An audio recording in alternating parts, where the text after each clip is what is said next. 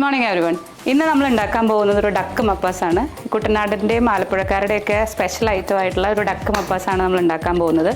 അപ്പോൾ ഇതിൻ്റെ ഇൻഗ്രീഡിയൻസ് എന്താണെന്ന് ഞാൻ വഴിയേ പറയാം. നമ്മൾ ഇതിന് ഉപയോഗിക്കുന്നത് നാടൻ ഡക്കാണ്. എന്താ വെച്ചാൽ ബ്രോയിലർ ഡക്കിന് ഈ ഉണ്ടാക്കി കഴിഞ്ഞാൽ ഇത്ര ടേസ്റ്റ് ഉണ്ടാവില്ല. ഈ നാടൻ ഡക്ക് എന്ന് പറഞ്ഞാൽ അതിൻ്റെ സ്കിന്നിൽ ഇതിൻ്റെ നെയ്യ് ഉണ്ടാവും. ഇതിൻ്റെ നെയ്യ് ഇങ്ങനെ ഇറങ്ങി വരുമ്പോഴാണ് ശരിക്കും പറഞ്ഞാൽ ഇതിൻ്റെ ടേസ്റ്റ് ഇരിക്കുന്നത്. അപ്പോൾ നമുക്ക് ഉണ്ടാക്കാം. ഇത് ഏകദേശം 1 കിലോ ഡക്കാണ്. അപ്പോൾ ഇതിൻ്റെ മാറിനേറ്റ് ചെയ്യാനായിട്ട് ഞാൻ ഉപയോഗിക്കുന്ന സംഭവങ്ങൾ പറയാം. ഇതിന് വേണ്ടിയിട്ട് ഇത് നമ്മൾ കാശ്മീരി ചില്ലിയാണ് ഉപയോഗിക്കുന്നത്. ഒരു 2 സ്പൂൺ കാശ്മീരി ചില്ലി, ഒരു 1/2 സ്പൂൺ മഞ്ഞൾപ്പൊടി, ഞാൻ കുറച്ച് ഒരു 1/2 സ്പൂൺ തന്നെ കുരുമുളക് പൊടി, ഞാൻ 1 സ്പൂൺ ഉപ്പ്, പിന്നെ നമ്മൾ കുറച്ച് പച്ച വെളിച്ചെണ്ണ, 1 സ്പൂൺ വിനാഗിരി. ഇതെല്ലാം കൂടെ നന്നായിട്ട് കൂട്ടിത്തരുമ.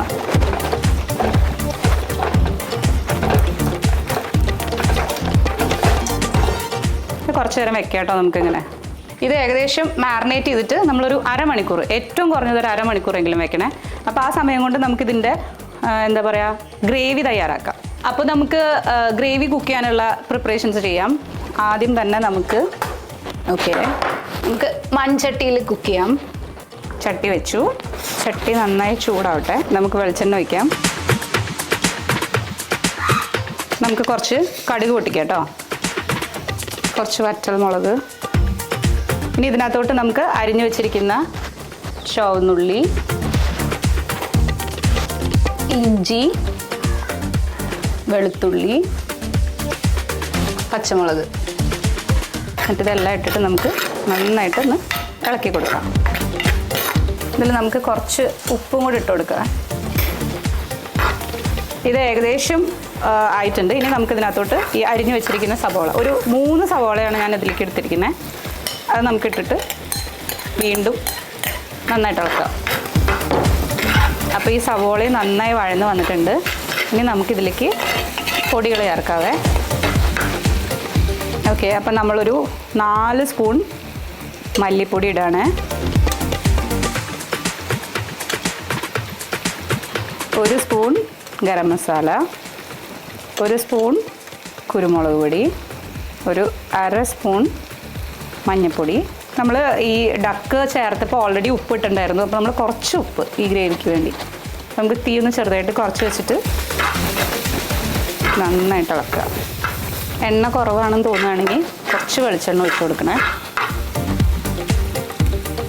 ഈ വെളിച്ചെണ്ണയിൽ ഈ മസാല മൂത്ത് വരുമ്പോൾ ഉണ്ടല്ലോ അടിപൊളി സ്മെല്ലാണ്. നമുക്കിതിനകത്തേക്ക് കുറച്ച് കറിവേപ്പില ഇട്ട് കൊടുക്കുക. ഈ മസാല മൂത്ത് കഴിയുമ്പോൾ കറിവേപ്പില ഇടുന്ന കേട്ടോ നല്ലത്. ഈ മസാല പച്ചമണം മാറി എണ്ണ തെളിഞ്ഞ് മൂത്ത് വരുന്നത് വരെ ഇത് നന്നായിട്ട് ഇളക്കുക. ഇനി വേണമെങ്കിൽ നമുക്ക് ചെറുതായിട്ട് തീ ഒന്ന് കൂട്ടി കൊടുക്കാവേ. നല്ലൊരു മണാട്ടോ വരുന്നത്. എനിക്ക് ഈ നീണ്ട മൂക്കുള്ളതുകൊണ്ട് ഈ മണം നന്നായിട്ട് പിടിക്കാൻ പറ്റും. അപ്പം ഞാൻ എല്ലാ സാധനങ്ങളും മണത്തിട്ടാണ് ഇതിൻ്റെ ടേസ്റ്റ് കണ്ടുപിടിക്കുക. അപ്പോൾ ഈ മസാലയൊക്കെ നല്ലോണം മൂത്തിട്ട് എണ്ണയൊക്കെ തെളിഞ്ഞ് നല്ല മണം ഒക്കെ വരുന്നുണ്ട്. ഏകദേശം ആയിട്ടുണ്ട്. ഇനി നമുക്ക് എന്ത് ചെയ്യാം, നമ്മൾ ഈ നേരത്തെ മാരിനേറ്റ് ചെയ്ത് വെച്ച ഡക്ക് ഉണ്ടല്ലോ, അത് നമുക്ക് അതിനകത്തോട്ടിടാം. നമ്മൾ അഡീഷണലി വെള്ളമൊന്നും ചേർക്കണ്ട, ഡക്കിൽ നിന്ന് തന്നെ വെള്ളം ഇറങ്ങി വന്നോളൂ. ഈ നമ്മൾ നേരത്തെ തേച്ച് വെച്ച മസാല മാത്രം നമുക്ക് ഈ പാത്രത്തിലുള്ളതിലേക്ക് കുറച്ച് വെള്ളം ഒഴിച്ചിട്ട് ഒന്ന് ചുറ്റിച്ചൊഴിക്കാം. ആ മൊത്തം മസാല ഒന്ന് പോരാൻ വേണ്ടിയിട്ട് മാത്രം.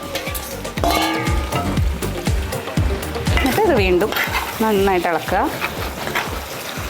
രക്ഷയില്ലാത്ത സ്മെല്ലാട്ടോ. ഞാൻ ഈ എല്ലാ പ്രാവശ്യവും ഒരു രക്ഷയില്ലാത്ത സ്മെല്ലാന്ന് പറയുമ്പോൾ നിങ്ങൾ വിചാരിക്കും തള്ളാണെന്ന്. പക്ഷെ ഇത് നിങ്ങൾ ഉണ്ടാക്കി നോക്കുമ്പോൾ നിങ്ങൾക്കത് മനസ്സിലാവും. ശരിക്കും ഒരു രക്ഷയില്ലാത്ത സ്മെല്ലാണ്, ഭയങ്കര ടേസ്റ്റ്. അപ്പം നമുക്കിത് നന്നായിട്ട് ഇളക്കി ചേർത്തിട്ടുണ്ട് ഞാൻ. ഓക്കെ, അപ്പോൾ നമുക്കിത് മൂടി വെച്ച് വേവിക്കാവേ. നാടൻ താറാവായതുകൊണ്ട് കുറച്ച് സമയം എടുക്കും വേവാനായിട്ട്. അപ്പോൾ നമുക്ക് ചെറിയ തീയിലിട്ടിട്ട് നമുക്കിത് മൂടി വെച്ച് വേവിക്കാം. അപ്പോൾ ഈ സമയം കൊണ്ട് നമുക്ക് ഇതിന് വേണ്ട തേങ്ങാപ്പാൽ പിഴിഞ്ഞ് റെഡിയാക്കി വെക്കാം. കാരണം ഇത് ആക്ച്വലി സത്യം പറഞ്ഞാൽ അത് ഇങ്ങനെ തന്നെ കഴിക്കാൻ ഭയങ്കര ടേസ്റ്റാണ്. പക്ഷേ ഈ നമുക്ക് അപ്പത്തിൻ്റെ കൂടെയോ കപ്പയുടെ കൂടെയൊക്കെ കഴിക്കുന്ന സമയത്ത് കുറച്ച് ചാറ് പോലെ ഉണ്ടാകുമ്പോൾ ഭയങ്കര ടേസ്റ്റാണല്ലോ. അപ്പോൾ അതിന് വേണ്ടിയിട്ട് നമുക്ക് തേങ്ങാപ്പാൽ പിഴിഞ്ഞ് റെഡിയാക്കി വെക്കാം. ഓക്കെ, ഓക്കെ, അപ്പോൾ നമുക്കിതത് വെന്തോന്നൊന്ന് തുറന്ന് നോക്കാതെ.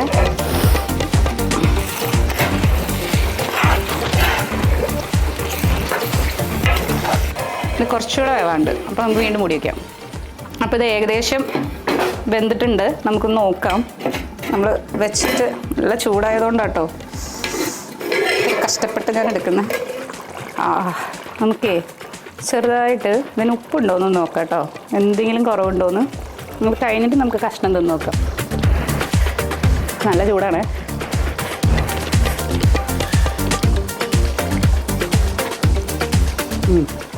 ആവശ്യത്തിന് ഉപ്പും പുളിയും എരിവും എല്ലാണ്ടും നല്ല ടേസ്റ്റും ഉണ്ട്.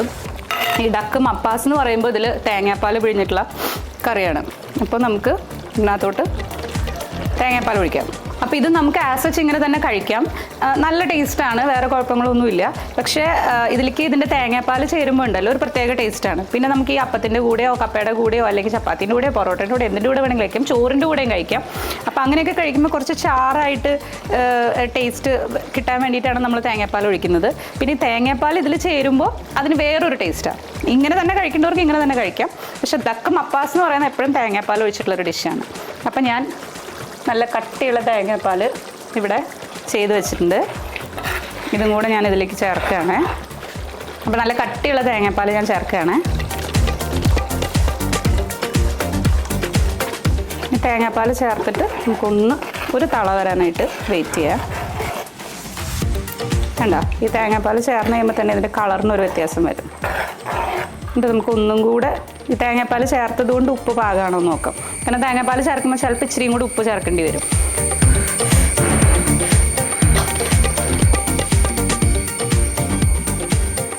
നമുക്കൊരു പൊടിക്ക് ഉപ്പ് കുറവുണ്ട്. അപ്പോൾ നമുക്ക് ഇച്ചിരി ഉപ്പിടാം.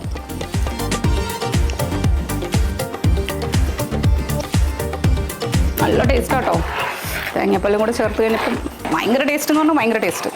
അപ്പം നമ്മളുടെ കുട്ടനാട്ടുകാരുടെ അല്ലെങ്കിൽ ആലപ്പുഴക്കാരുടെ ഡക്ക് മപ്പാസ് റെഡി ആയിട്ടുണ്ട്. ഇനി നമുക്കതൊരു പാത്രത്തിലേക്ക് സെർവ് ചെയ്യാം.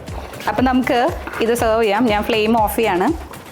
എന്നിട്ട് നമുക്കിത് സെർവ് ചെയ്തിട്ട്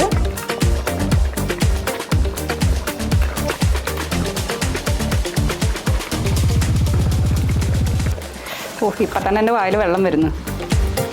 അപ്പം നമുക്കേ ഒരു കഷ്ണം ടേസ്റ്റ് ചെയ്ത് നോക്കിയാലോ. നേരത്തെ ഞാൻ ഗ്രേവി മാത്രമേ ടേസ്റ്റ് ചെയ്തുള്ളൂ.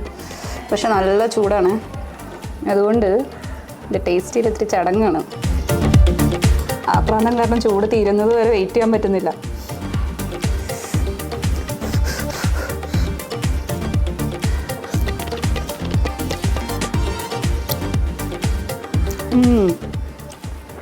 ഒരു രക്ഷയില്ല കേട്ടോ.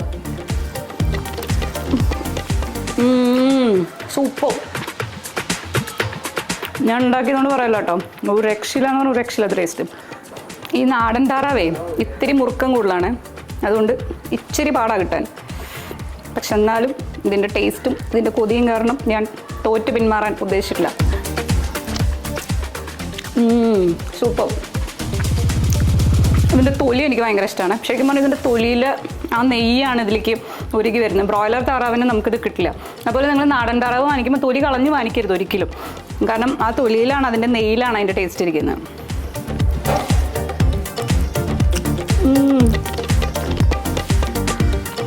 സൂപ്പർ.